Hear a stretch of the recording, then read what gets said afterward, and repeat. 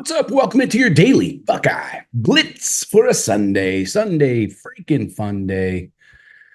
June 23rd, 2024. I had a Saturday fun day, so I'm a little hungover this morning. So bear with me. We'll get through this together. Loading up on water and coffee. So who knows what could come out of my mouth. Anyways, please visit thebuckeyecast.com. Check out the shop. Scoop up some gear. Check out the video vault. All the good stuff is there for you. And everything's still on sale. So enjoy. I do that for you because I love you. I just said I love you. Things are going sideways already. Anyway, we're talking today. We're going to talk we're waiting for some feedback from the official visit weekend. When we have anything positive, I will pass that along. Breaking booms will be coming. I'm sure of that. I know we have at least one, maybe two, possibly three coming, maybe in succession. They each probably want to have their own day, so we might not get them all at once. But as they come out, I will deliver them. So today we're talking Phil Steele's magazine, kind of my Bible when it comes to the national picture. I like to get a landscape view of college football and kind of get familiar with all the other teams because, rosters constantly change every year, especially now with the transfer portal. I forget sometimes that people transferred to another school. I mean, like Dylan Gabriel to Oregon. That I'm only paying attention to that one because we play him, but there's a lot of other guys. Anyway, we're going to go through Phil Steele's position group rankings, quarterback, running back, wide receiver, O-line. The wide receiver includes tight ends, so he lumps like pass catchers together or whatever. But D-line, linebackers, secondary, he groups the entire secondary, so safeties and corners together, and then special teams nobody cares about. But let's get into it here. Starting off with the most important position, the quarterbacks. I'm probably gonna have to take a few drinks of water while we do this show, so sorry. So quarterbacks, Phil Steele's 2024 top quarterback groups. Number one, he has Texas. Kind of hard to argue. I think a lot of it is on name recognition, like Arch Manning. I don't know. Has he done anything in college yet? I haven't seen it. Then you got Georgia. Again, same thing there. Carson Beck. I know they got Gunnar Stockton, Jaden Rashada, then Oregon. I don't agree with that. Dylan Gabriel, just because he's in his 20th year of college football, has not earned my respect. I know they have Dante Moore, the 5-star, but what has he done in college? When he was at UCLA, he looked pretty mediocre to me. Then number 4 is Bama, Jalen Milroe. What's the attraction there? I got a big problem with this entire quarterback list. Then he's got Ole Miss, Colorado, Utah, Notre Dame. You freaking kidding me? Notre Dame, Colorado. One guy does not make up the entire room, and I think that's what he's doing here. Like Riley Leonard at Notre Dame. Is he even going to play? Is he healthy? I don't know. Then who's after him? CJ Carr? I don't think so. I mean, I know he's highly rated, but again, guys that have not done anything in college. Not every 4 and 5-star is going to go out there and light the world on fire at any position. Some of them take a while to develop and some never do. So, and the kick in the sack for me is Ohio State at 19. Are you freaking kidding me? How many 5-stars does it take? If you're going to go off of one guy in the room to make your Texas argument, your Georgia argument, Oregon in your top 3, then why is Ohio State 19? How many 5-stars do we have to put in that room? You got 4-star Devin Brown, 5-star Julian Saint, 5-star Aaron Nolan, 4-star Lincoln Keenholz. That seems like a much stronger room than any of these I just read off. Jalen Milroe, Alabama's 4th. You're telling me Alabama is the 4th best quarterback room in the country? Bullshit. Then, anyways, and Miami's 10th, but Ohio State's 19th. Okay. Anyway, starting off on the wrong foot here. Uncle Phil. I used to have an Uncle Phil, so that kind of just rolls off the tongue for me. Penn State's at 16. Why? Why are they ahead of us? Then Clemson's 22. Yeah, whatever. USC's 25. I don't know. I don't freaking know. So anyway, let's move on to more positive things here. Running backs. Now, this one he nailed it. Buckeyes number one running back room in the country. Travion Henderson. Then you got Quinshon Judkins with his 5.7 as a freshman, and then 4.3 yard average his second year. The best backfield in the country. Then you got Penn State with Nick Singleton, Katron Allen, and then behind them, you got Quentin Martin. He's a highly touted young guy. Then number 3, you got Oklahoma State, Ollie Gordon, obviously. Then for some reason he has Liberty up here. I mean, seriously, we're going to include Liberty in these rankings. All right. Anyways, I don't even know who the hell Quentin Cooley is, but it's got a nice name. And then rolling down here, Minnesota's at 6. Okay. Miami's at 7. Why? What did Mark Fletcher do last year? Nothing. 500 yards. Yeah. Jordan Lyle, 2 former Buckeye commits. Then you got Georgia at 9. Kind of surprising that they're so far down. Usually they're in the top 3. You got Trevor Etienne coming over from Florida, Roderick Robinson, and Branson Robinson. And then, I don't know, very highly touted guys. Anyways, then Texas is 10. I know they lost Bijan and their other running back. Or no, they do have Baxter, CJ Baxter, but then A&M, UCF, Ole Miss, Boise. So then you got Oregon at 16. That's kind of surprising with the depth of their room. They've got a lot of dudes in their running back room. Michigan's at 20. Surprising there as well. Thought that Donovan Edwards would get a little bit more hype and get that room highly ranked, but there's not much after Donovan Edwards. Then you got Alabama down there at 26. That's surprising to me too. All right, let's look at receivers. Phil missed out on this one, I think. I don't agree with his top 2. Oregon is first with Tez Johnson, Gary Bryant, and then you bring in Trayshawn Holden from Bama, then the A&M transfer Evan Stewart. Yeah, a lot of big names, but what have these guys done other than Tez Johnson? Not much. Then number 2, he's got Missouri as the top receiver, number 2 receiver group. Luther Burden, yeah, he probably carried that group.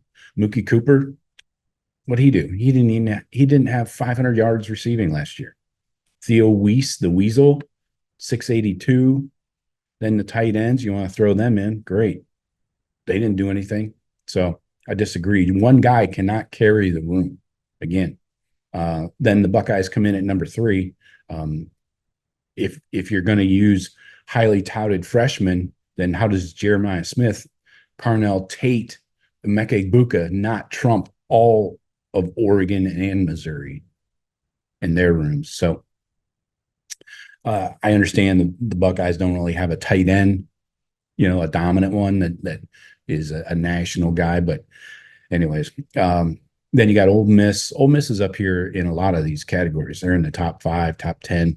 So they're one to be reckoned with for sure. USC's at 5, Oklahoma 6, Colorado 7. Again, you're going off of Travis Hunter playing both ways. I wouldn't advise it. LeJontay Wester had 1,100 yards at FAU last year. He's a transfer. And you got a transfer from Vandy, had 684. I mean, really? It's not doing much for me. Then SMU at 8, surprising. Louisville at 9. 10 is Notre Dame. Again, what do you have here? They got a transfer from FIU and Clemson. Anyway, then Miami at 11, whatever. They had one dude over 1,000 yards, Restrepo. And anyway, that's about it. LSU now, yeah, they got nothing. They got transfers. Again, how are you ranking a wide receiver room that's built on transfers, especially from the lower ranks? Um, TCU at 13. Georgia surprised me at 16. Texas at 19. I know that both teams lost guys, but geez, not much depth in those rooms, huh? Bama at 29. Uh, the Cheaters at 58. I'm surprised they're ranked that high, honestly. And if you're a wide receiver recruit in this 25, 26 class, either one, why would you even consider Michigan ever? That is a terrible idea. Penn State at 59. Oh, sorry, Julian Fleming. Anyway, let's move on to O line. So I was a little surprised at the Buckeyes being number 12 in the country. Up front at the top, you got Georgia number 1, Texas number 2, Oregon number 3. Oregon's going to be a mother to deal with on both sides of the ball. Oklahoma State at 4, obviously blocking for Ollie Gordon helps. Florida State, LSU, Miami again. Mario Cristobal, just because he played O-line. I don't know. Tennessee, Clemson, G-Tech, West Virginia, then the Buckeyes. Buckeyes are only replacing one starter. So not in bad shape. Ole Miss, Cincinnati, Wisconsin. Then at Bama, down here at 16. Bama's really fallen off on offense, man. 26 is Notre Dame. Penn State at 34. The Cheaters at 36. The typically dominant O-lines are in the Big Ten are not doing well. But you got Oregon coming in, kind of taking their place. So those are the big names I was looking at on O-line. Now on defense, Phil nails this one for the Buckeyes. Number 1 D-line in the country. The Buckeyes had one of the top defense scoring, yardage, passing, everything last year. So you got Tyleek coming back, JT, Jack, and then they're building depth in the D-line room. So Buckeyes are first. Penn State coming in at second. And they even lost dudes. So that's a little surprising to me. Utah at 3, the Cheaters at 4. Of course, you got Grant and Graham coming back. Nebraska at 5. Good work. A&M at 6, Georgia 7, kind of falling off there too. Tennessee 8, Kentucky 9, Ole Miss 10, Notre Dame 11. I don't know about that one. Again, Miami in the top 15 for no freaking reason, honestly. Iowa 13. That's going to be a challenge when we take them on. I think they do come to Columbus the week before the Oregon game. Bama at 14. They've kind of fallen off there. Florida State 15, even after losing some talent. Then you got Clemson at 17, Texas 18, Oregon at 23. I thought Oregon will be a little higher on the D-line rankings, but no, not the case. Trying to stay lubricated here. All right. Linebackers. Iowa, number 1. Seems like they're always number 1 in linebackers, man. Oklahoma 2, Georgia 3, Texas 4, Oklahoma State 5, Penn State 6, Oregon 7. Again, that front 7 for me is a concern for the Buckeyes going to Oregon. Clemson 8. Oh yeah, they got Barrett Carter. Wisconsin 9. Buckeyes down here at 12. So yeah. lost their top two tacklers on the team with Steele and Tommy.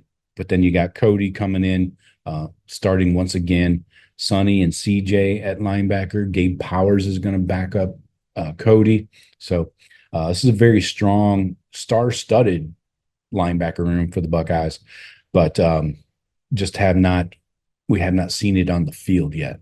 So number 12, not bad. I thought they would have the Buckeyes lower just because of the lack of experience for Sonny, CJ, and Cody kind of he got a few hundred snaps last year, but Bama down at 14 again. Miami at 15. Why? Why? Michigan at 18.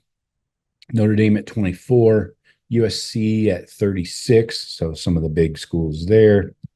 Now secondary, defensive backs, no doubt about it. Buckeyes, number 1. Bring in Caleb Downs. They lost one starter, Josh Proctor. But yeah, only allowed 9 touchdown passes last year. Then you got Oklahoma at 2, Georgia 3, no surprise. Clemson at 4, Iowa at 5, even after losing DeJean. Notre Dame 6, Florida State 7, Michigan 8, the Cheaters, also known as. And that's even with Rod Moore tearing his ACL in the spring. So there's still Will Johnson and Makari Page kind of leading that secondary. Penn State at 9. Again, they just reloaded in the secondary. Bama at 10. Oregon 11. That defense is going to be concerning, man. I don't know how many times I've said it, but one more doesn't hurt. Whiskey at 12. And then some of the other teams I saw, Texas at 16. That's a little fall off for them. And special teams, I don't know. I'm surprised the Buckeyes are even ranked, honestly. Bama number 1, Texas 2, Georgia 3, Auburn 4, the Cheaters 5. Shocker. So we should be in that top 10 at least. Buckeyes are at 33. That's not respectable. So let's see this, position or coachless position of the special teams get squared away with all the coaches chipping in and getting these guys to play harder on special teams. So I got for you today. Hey, we made it through it. Talk to you tomorrow. Go Bucks.